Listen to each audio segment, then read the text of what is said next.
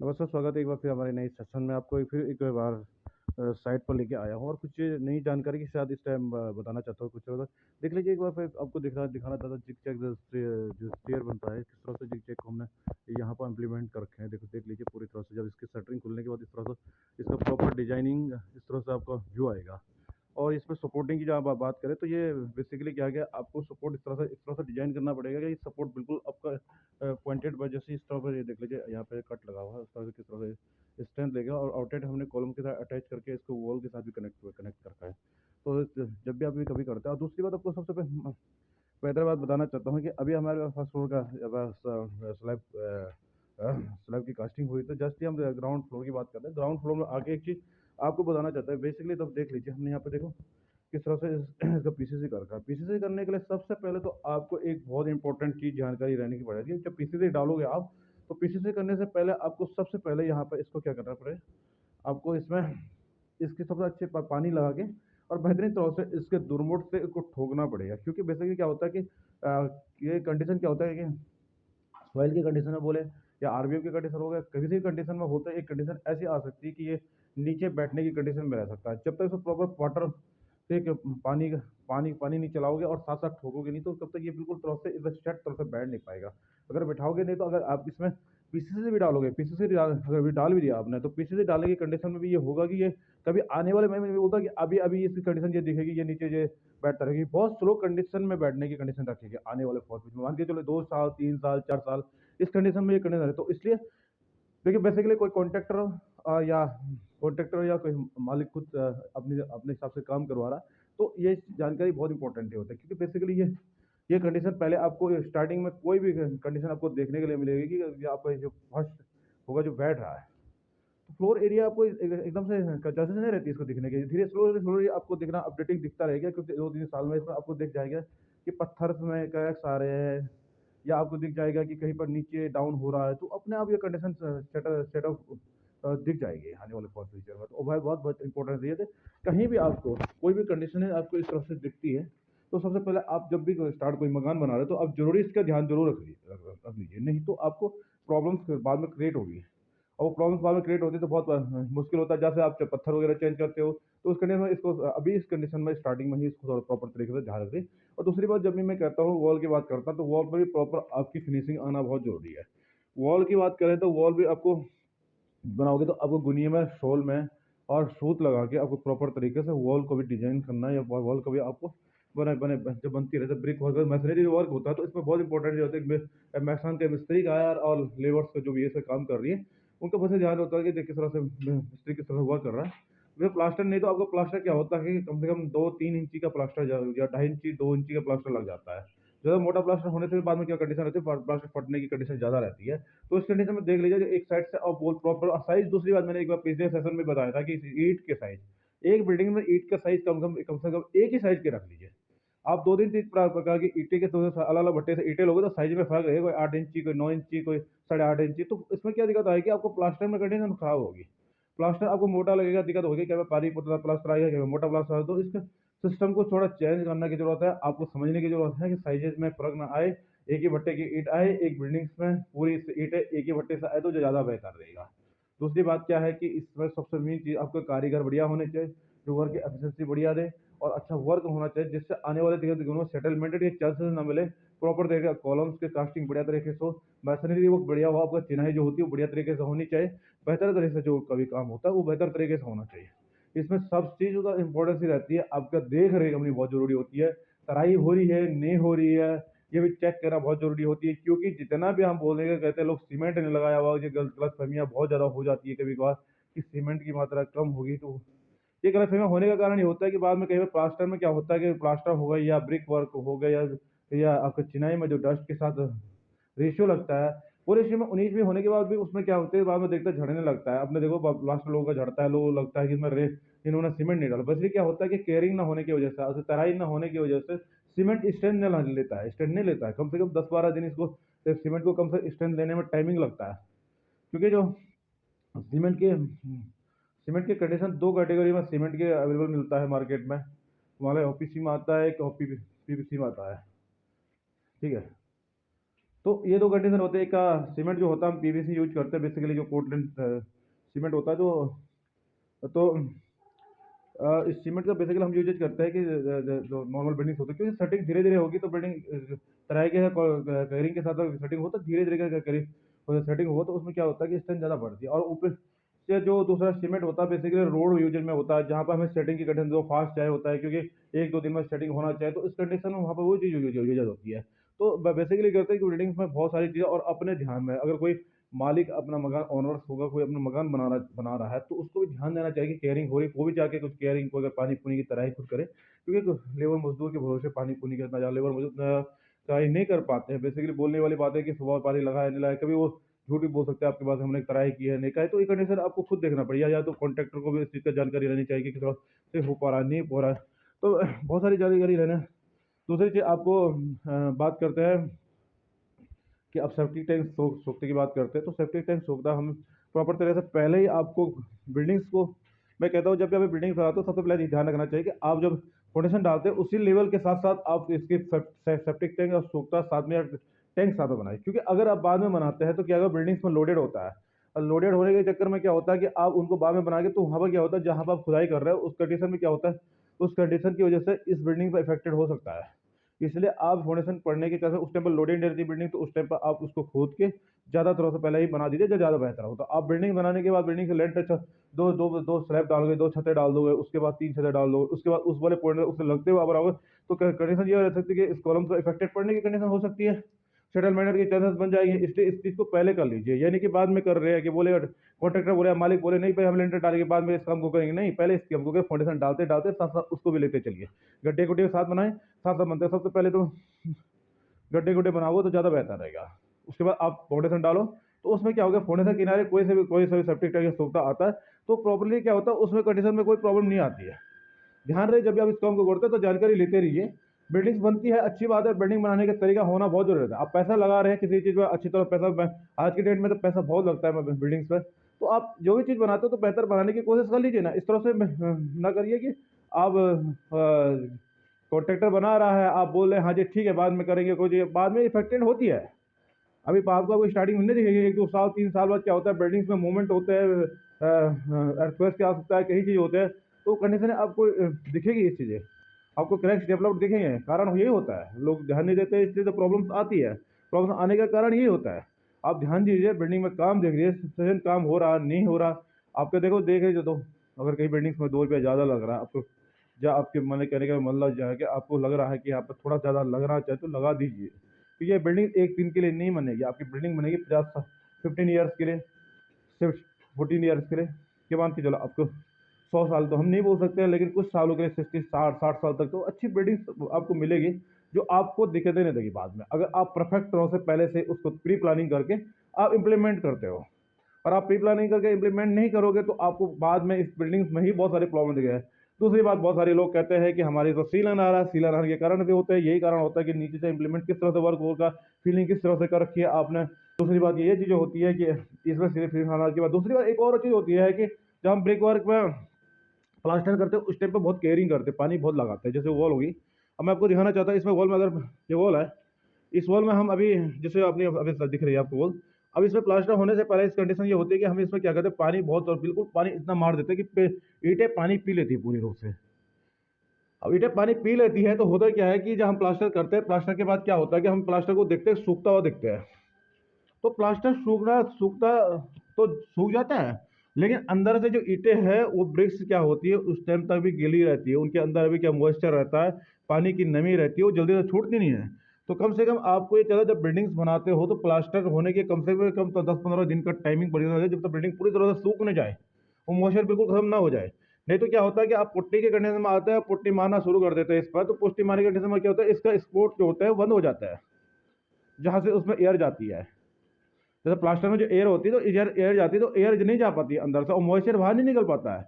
जब आप पैक करते हो तो क्या होता है कि वो क्या, मॉइस्चर अंदर ही अंदर रहता है, तो फिर क्या करता, वो प्लास्टर को खराब करता है। मॉइस्चर का जो अब रहता है, जो आपके सीलन जो रहती है, वो सीलन क्या करती है, आपके प्लास्टर को खत्म कर देती है, धीरे धीरे वो खत्म होता जाए। और दूसरी बात देखते हैं, जो अब उस कंडीशन में क्या होता है कि आपका जो तो पुट्टी वगैरह रहती है, उस पुट्टी पे आपको देखने के लिए मिलता है कि वो पुट्टी क्या होती है कि आपकी लेयर में निकलने के लेयर के कंडीशन में निकलना शुरू हो जाती है, क्योंकि वो उस चीज़ को सीलन के चक्कर में वो छोड़ना शुरू कर देती है। तो जब भी मकान बनाओ तो थोड़ा टाइम दीजिए, ऐसा ना करके आप जैसे प्लास्टर मारा तो एकदम से पुट्टी वुट्टी जल्दीबाजी मत करना। उसके बाद प्लास्टर के बाद थोड़ा रुक के थोड़ा बेहतर तरह से बिल्डिंग को प्रॉपर तरह से सूखने दो, और सूखेगी जब बिल्डिंग तो आपका मॉइस्चर नहीं आने का, फिर मॉइस्चर ज़्यादा से निकल जाएगा, मॉइस्चर की कंडीशन बहुत कम रहेगी। लेकिन लोग करते हैं जल्दीबाजी, अब कॉन्ट्रैक्टर आप अपने बिल्डिंग्स को जल्दी फास्ट बनाने के चक्कर में आपके ये रहता है कि आपको उस चीज़ का ध्यान नहीं रहता है। मैं भी कहूँ हमको ही हो, कोई पर्सन हो, चाहे मैं हूँ कोई भी हो, आप लोग सभी सोचते हैं कि बिल्डिंग फास्ट बनानी, उन्होंने बहुत जल्दी बना दिया मकान। देखिए मकान बनाना जल्दी इतना इंपॉर्टेंट नहीं हो, सबसे मेन चीज़ है इंपॉर्टेंट ये होता है कि मकान में जो काम हो रहा है वो बेहतर तरीके से होना बहुत ज़रूरी होता है। एक नियम वाले रूल्स के नॉर्म्स के फॉलो करने बहुत ज़रूरी होते हैं, कहाँ पर कितनी कंडीशन में क्या करना होता है, ये कंडीशन बहुत इंपॉर्टेंट रहता है। आप इस चीज़ का ध्यान रखिए किस तरह में क्या काम करना है, किस तरह से करना है, तो इंपॉर्टेंट है। न कि इस तरह से गलतियाँ करके इस तरह से करके और बराबर प्लास्टर के बाद आपको पुट्टी पुट्टी लेपना शुरू कर दिया, और बाद में पुट्टी धीरे झड़ना शुरू हो गई तो फिर बाद में होता है मकान लोग मालिक सो भी बोलने लगता है हमारे मकान में तो वो दुनिया भर का मॉइस्चर आ रहा है, जो प्लास्टर झड़ रहा है। तो बहुत सारी चीज़ें हैं, हमें इस चीज़ को ध्यान देना बहुत इंपॉर्टेंट ये वाली चीज़ है। अगर हम इस चीज़ को ध्यान नहीं देंगे तो हम बहुत बड़ी प्रॉब्लम्स में पड़ जाएंगे। इसलिए बहुत सारी चीज़ें किसी भी चीज़ में मैं बनाता हूँ, जब आप फाउंडेशन डालते हैं फाउंडेशन में सबसे पहले मैं बोलना चाहता हूँ कि आप कॉलम पे कम वर्क कर दिए। आप फुटिंग सेक्शन बहुत अच्छी तरह फुटिंग सेक्शन बोला, आप जो कॉलम की कास्टिंग करते हो, जब मतलब खुदाई करते हैं तो 5 फीट कम से गहरा कॉलम को ले लीजिए, जो कॉलम स्ट्रेट उठाता है पूरी बिल्डिंग का। अगर उसको सही तरीके से नहीं बनाएंगे तो आप सबसे पहले तो नेगेटिव पॉइंट वहीं से शुरू हो जाएगा आपका।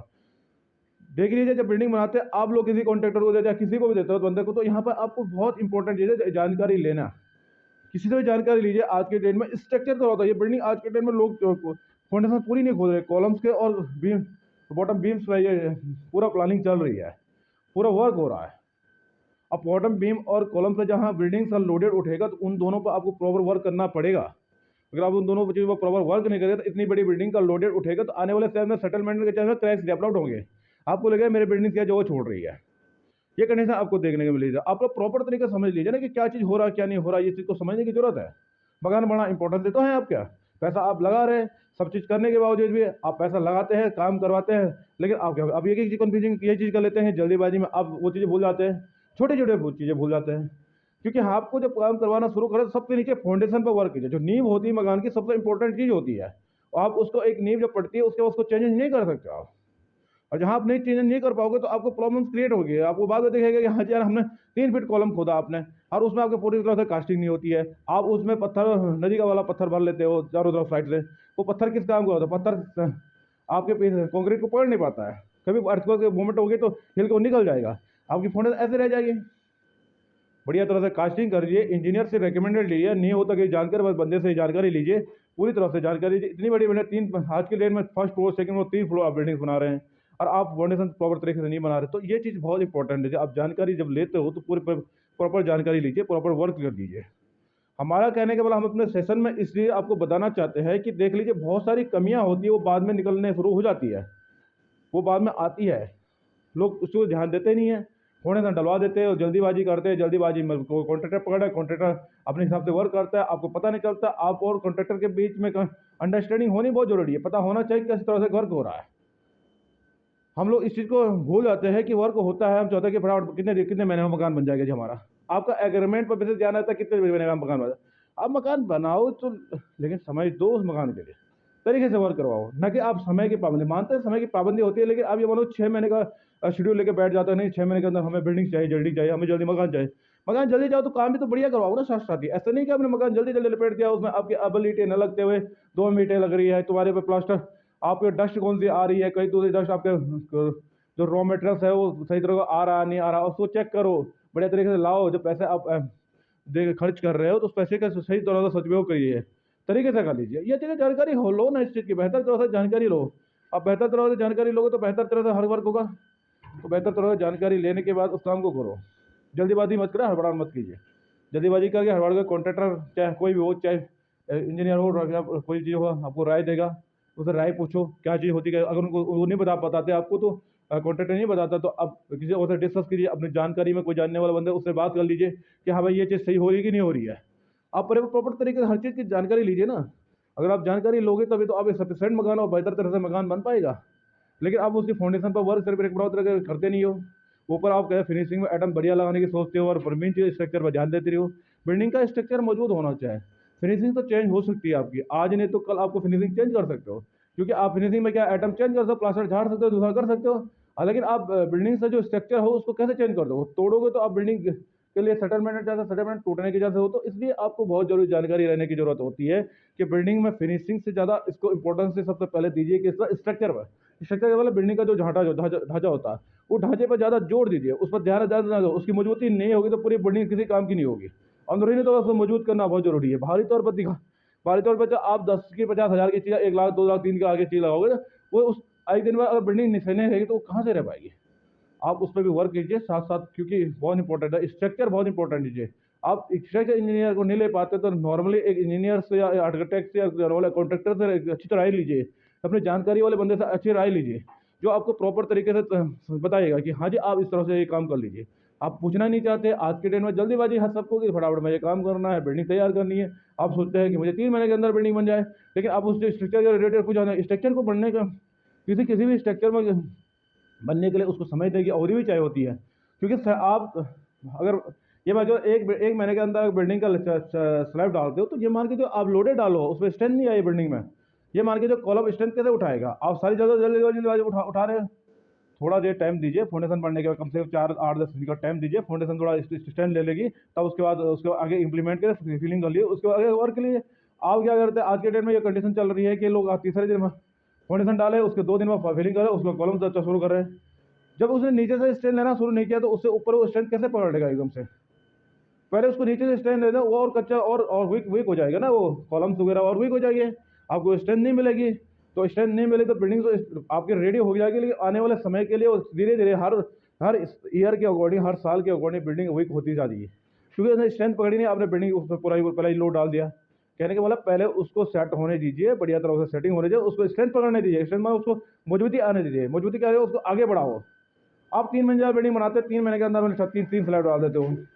देखिए ये थोड़ा सा जानकारी की अभाव होता है, आपको अवेयरनेस रखने की जरूरत होती है कि अवेयरनेस रहना बहुत जरूरी होता है। हम लोग अवेयरनेस नहीं करते, हम मिसगाइडेड ज़्यादा होते हैं। मिसगाइडेड होने के कारण हम बिल्डिंग का प्रॉपर तरीके से नहीं कर पाते हैं। जानकारी लीजिए, बेहतर काम करने की कोशिश कर लीजिए। कि हम तो कहते हैं कि आप बगान बना रहे हो, कुछ भी बना रहे हो, किसी से बिल्डिंग से रिलेटेड कोई भी जानकारी लेते, आप उस पर जानकारी ले तब काम करवाओ, अवेयरनेस लो। आज के डेट में यूट्यूब आपका माध्यम है जिससे आप बहुत सारी जानकारी ले सकते हैं। बहुत सारे एक्सपर्ट होते हैं, बहुत सारे इंजीनियर्स होते हैं जो आपको राय दे सकते हैं, उनकी बारे जानकारी उनसे उनकी जानकारी लीजिए। कैसी बिल्डिंग में क्या होता है, रॉ मटेरियल कैसे लगता है, बिल्डिंग में फिनिश आइटम कैसे लगता है, रॉ मटेरियल बहुत इंपॉर्टेंट है। इंजीनियर आपको रिकमेंडेड करेगा कि रॉ मटेरियल किस तरह से लगाने, तो आप ये राय लीजिए ना, जानकारी रखिए। जानकारी नहीं हो पाती तो आपने जानने वाले किसी से सजेस्ट कर लीजिए पूरी प्रॉपर तरीके से। आप उसको भी तैयार नहीं होते तो आप सिर्फ क्या करते हैं कि आपने धारणा ये बना दी है कि मैंने मकान बनाना है, अब मुझे उसके बारे में कुछ पता नहीं। अब मकान बनना कैसा है आपको कुछ पता नहीं, स्ट्रक्चर के बारे में आपको पता नहीं, आप फिनिशिंग आइटम के बारे में ज़्यादा नॉलेज रखते हो, जबकि आपको स्ट्रक्चर के बारे में भी ज़्यादा नॉलेज रखनी चाहिए। लेकिन स्ट्रक्चर के बारे में ज़्यादा नॉलेज नहीं रखनी चाहिए, बिल्डिंग स्ट्रक्चर पर ज़्यादा डिपेंडेंट करेगी, फिनिशिंग आइटम पर डिपेंडेंट नहीं करेगी। तो इसलिए आप ज़रूरी है जब भी आप बिल्डिंग्स बनाते हो तो स्ट्रक्चर से रिलेटेड जानकारी भी लीजिए, प्रॉपर तरीके से वर्क कैसा हो रहा है, किस तरह का रेशियो बन रहा है, कितना है, कितने कितने का मसाला बन रहा है, कौन सी ईंटें लग रही है, ये सारी चीज़ें जानकारी लीजिए ना। अगर पूरी जानकारी लोगे तो आपका बिल्डिंग क्यों अच्छी नहीं बनेगी। आप उस चीज़ को जानकारी लेके काम करोगे तो ज़्यादा बेहतर होगा। हमारी तो आपको ये राय होती है, हमारा अपने सेशन में ये बताना होता है कि जब भी कोई सा भी समस्या होती है, कोई परेशानी होती है, तो कारण ये होता है कि समस्या प्रॉब्लम आने का कारण होता है बिल्डिंग पर, ये कारण होता है कि आपके बिल्डिंग में कुछ ना कुछ कमियाँ रही होगी, कुछ भी काम की कमियाँ रहेगी। तो जिस कमियों को आपने ध्यान नहीं दिया उस टाइम पर तो ये प्रॉब्लम खड़ी हो जाती है। तो इसलिए आप ध्यान दीजिए, प्रॉपर तरीके से एग्रीमेंट बनाने से पहले कुछ समय दे दिया आपको, तो उसके बारे में पूरी डिटेल पता कर लिए। ये वर्क कॉन्ट्रैक्टर के बारे में जानकारी लीजिए, किस तरह का कॉन्ट्रैक्टर है, वर्क कैसे करता है, उसको पता हो जाए। कॉन्ट्रैक्टर का काम देख लीजिए, कॉन्ट्रैक्टर किस तरह से काम करता है, उसके काम में एक्यूरेसी है कि नहीं है, बेहतर तरह से वर्क कर रहा है नहीं कर पा रहा है। क्योंकि